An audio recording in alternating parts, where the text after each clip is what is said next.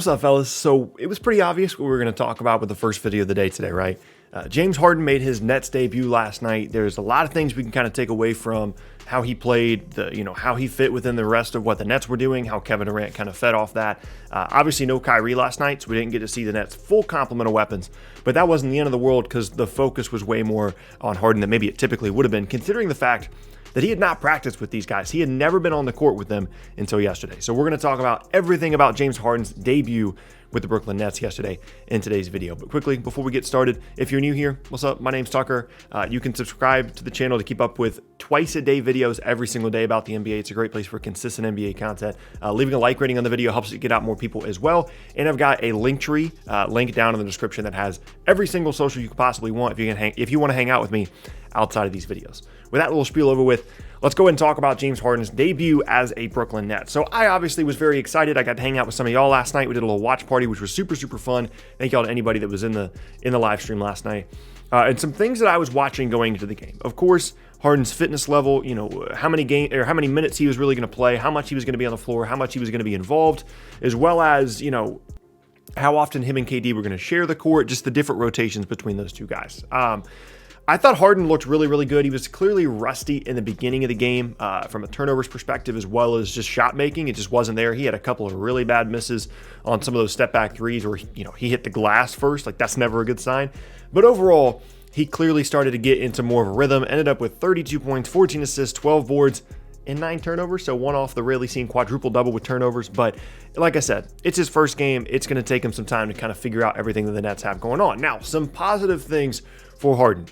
The unselfishness was clearly there as evidenced by the 14 assists. There wasn't a ton of just like isolation stuff. It seemed like he was working within the concept more than I personally would have expected him to coming into the game. So all those things are positive. And of course, the shot making really came together down the stretch. And him and Durant had really, really good chemistry as well. KD had 42 points, by the way. He kind of stole Harden's thunder here in Harden's debut. And you could see a lot of the things that are going to be really dangerous for this group. I was talking about this during the live stream last night. Depending on whatever lineup is on the floor, it's going to be really difficult to, send multiple defenders at one of these, high-powered scoring options once Kyrie comes back, which I'm pretty confident he's playing tomorrow night. Kyrie will be, so we'll kind of see all three of those guys together for the first time. But there were a couple of different occasions where, they would run a Harden ball screen with Durant setting the screen, and it's like, what are you supposed to do? If you switch, it's a mismatch because a guard is guarding Harden and then Durant just, takes advantage of the mismatch in the post. If you don't switch, it's going to be very difficult to keep up with either of those guys because KD can roll, he can pop, he can do anything he wants to. And of course, Harden can get to the rim and facilitate and create for others. But it wasn't just ball screen and isolation stuff. There was some off-ball movement, not only from Durant, but surprisingly, a little bit from Harden as well. There were a couple of times where they set him a little fade screen, he's working along the baseline. There were still plenty of times where he was doing the James Harden off-ball thing where he's just standing on the perimeter and he's like 4 feet behind the three-point line, and he needs to scoot in on those for sure. But as he got more and more comfortable, you could see pretty quickly how he's going to fit in here. Now, obviously, we got to see him last night without Kyrie, and so how all that's going to change once Kyrie comes back is something to certainly keep an eye on. But for the most part, I liked a lot of the stuff that I saw, not just from Harden himself, but just the chemistry between him and KD and how all that is going to fit. Like I said, there was a sequence late in the game that was really, really good as well where they said DeAndre Jordan set like a down screen. KD came up, set a ball screen. They switched. They got it to KD. Easy isolation on the elbow. Who he attacks the rim and gets fouled. Like, that's such easy offense for the Nets. As long as they can initiate into some kind of ball screen action involving one of the three guys or two of them potentially, is going to be a really, really dangerous play. And you can already see kind of how they're going to take advantage of that. These guys seem really comfortable playing with each other already. Now, for the team overall, I would have hoped that they would have played better against a Magic team that has lost 4 straight and is missing half the rotation. Defensively, there were continually some issues, which is to be expected, and one of the only reasons they were able to win the game is because the Magic shot making just was not there. The Nets shot like 45% from 3, and the Magic did not. So that's certainly one of the differences, obviously, in the offensive talent between the two groups. And it's not a great barometer of where this team is at defensively, 1, because it's Harden's first game, and 2, because they're playing an injury-riddled Orlando Magic team. So that's something to continue to keep an eye on. I would imagine they'll at least be kind of decent defensively as long as the three guys that are, the primary guys put in some kind of effort. DJ's got to be better. Like, DeAndre Jordan has to be better. That's one of the biggest things that made me nervous about the trade was the fact that Jared Allen is no longer there, and he has been significantly better at the 5 spot than DeAndre Jordan this season. So unless there's some major improvement there, that is certainly a question mark, not only in the starting unit with DJ in terms of rim protection and ball screen defense, but also off the bench as well, whether it be Reggie Perry or Nicholas Claxton, who is still hurt. The 5 spot is definitely a question mark. There were a couple of moments last night as well where they decided to go small with KD and Jeff Green in the front court. A little bit too much Jeff Green for my liking. Right now for the Nets, I would like to have someone else in the front court, but again, that rotation has been severely thinned by the trade without Jared Allen as well as Taurean Prince there in the front court. So those are going to be things that the Nets are going to need to continue to work out, is how they're going to be able to manufacture some kind of a decent defense. If they can just be top half of the league defensively, their offense should be enough to carry them in most of these games. And we'll kind of see what that looks like, as I said, once Kyrie comes back. Not having kind of that rim protector, eraser of mistakes at the rim like they had with Jared Allen is certainly going to make their defense worse.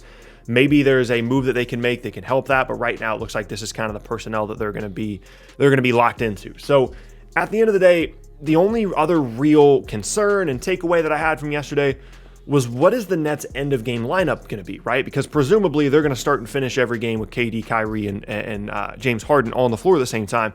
And presumably for spacing purposes, Joe Harris is going to be out there too. And last night, I was kind of like, what's the end game lineup going to be? Are they going to have Jeff Green and KD out there in the front court? Is DJ going to finish the game? And it was actually Bruce Brown. Bruce Brown was part of the in-game lineup. And the difficulty with that, it worked out last night, but the difficulty with that, and really with that 5th spot in general, is teams are going to want it, like KD had it going, James Harden had it going, they're going to want to double team a lot of the time, on one of those guys if they have it really rolling. And if you have a non-floor spacer on the floor like DeAndre Jordan, Jeff Green sometimes can be a non-floor spacer, as well as Bruce Brown is not necessarily an outstanding three-point shooter, hit a big 3 late in the game last night. That 5th spot at the end of games is going to be a bit of a question mark, especially against bigger teams. I think they can get away with KD being the de facto 5 at times at the end of these games, but that's not going to work against teams like, for example, the Lakers, that are absolutely huge in the front court. And I don't know if I want DJ ending the game at the 5 either. So I don't know if that means that Jeff Green is going to be out there. I don't know if that means that, a 5 that is better from the free throw line, like Reggie Perry and Nicholas Claxton, is going to end up being the end game 5. I don't know, but that is a huge question mark for me, and a question mark that has doomed a lot of teams in the past. Specifically, I can think of the LA Clippers last year. We didn't really know what their end game lineup was going to be, specifically at the 5 spot, and that ended up causing them a ton of issues in the postseason. So a couple of things to continue to keep an eye on here for the Nets are obviously the continually building chemistry between Harden and KD, as well as the rest of the team, how everything looks once Kyrie comes back, and then the defensive stuff as a whole, as well as what their end game lineup is going to be and what their plan is going to be at the 5 spot, specifically with the backup, specifically with the second unit 5. So keep an eye on all those things, but at the end of the day, from an offensive standpoint, it's going to be incredibly tough to guard these guys when they have it rolling. Like, just imagine you're on the other team, right? And you're trying to guard, and you've got a Kevin Durant ball screen with James Harden handling the ball, and they attack. And if you give either of those guys any space, Harden's going to get to the rim and finish, or KD's going to get a little pick and pop jumper. But if, let's just say you guard the pick and roll perfectly, you come down a little bit on the wing, you've got Kyrie Irving over there on the wing, and he can knock down shots off the ball, or he's put at such an advantage if he's the kick out guy and he can just drive and kick and make decisions off of that, or if that's the case with any of these 3 guys, that is such a huge advantage. All of these guys, for most of their career, KD less so because of how good the Warriors were, have had to deal so much with making everything themselves and creating everything themselves and creating everything in ball screens. And if they're the kick out guy now and all they have to do is attack off a closeout, that is such a dangerous weapon. I think that's something that makes this specific team a little bit different than some other quote-unquote super teams that we've seen in the past, is every single one of these guys can be a threatening off-ball shooter, are good decision makers, can drive, can kick, and offensively, there aren't really holes in their game. So I'm not sure we've ever seen a combination like that before, and I believe in this coaching staff's creativity and the ability to make a lot of different things work. I think you'll even see some times where KD is the ball handler and James Harden sets the screen. They're going to be doing a lot of things where they're trying to have one of the 2 lead guards initiate, with the other one off the ball as the potential drive and kick guy, and KD setting the screen and trying to create mismatches, especially once we get into the postseason. Good luck trying to defend these guys. And then let's say you defend all that perfectly, you probably have left Joe Harris open for 3, who's a 40% knockdown 3-point shooter. So a lot of different things that the Nets have going for them offensively, but of course, that's only a small part of the game. We'll have to see how the rest of this team kind of develops throughout the rest of the season as we get to see more and more of James Harden as a member of the Brooklyn Nets, and with their full complement of players, with Kyrie hopefully coming back on Monday as well. Hope you guys enjoyed Harden's debut. It was certainly fun for me. And hope you guys enjoyed today's video as well. That is going to be the end of the first video today. Be on the lookout for the second video today as well. I get a little bit ranty about Ben Simmons of the Philadelphia 76ers. We're going to talk about that a little bit later today. So be on the lookout for that one. As I said in the beginning, my name is Tucker. If you guys enjoy content like this, then consider subscribing. I do upload twice a day, every day, something about the NBA every single day. So be on the lookout for stuff like that. And if you enjoy content like this, then consider subscribing. You can also leave a like rating on the videos as well. Helps me out a ton, lets me know that you're enjoying the content, and gets it out to more people on YouTube. And as I said, that link is down in the description for all of my socials at the bottom of the screen. With all those things said, I hope you guys have an awesome rest of your day, and I will see you all next time.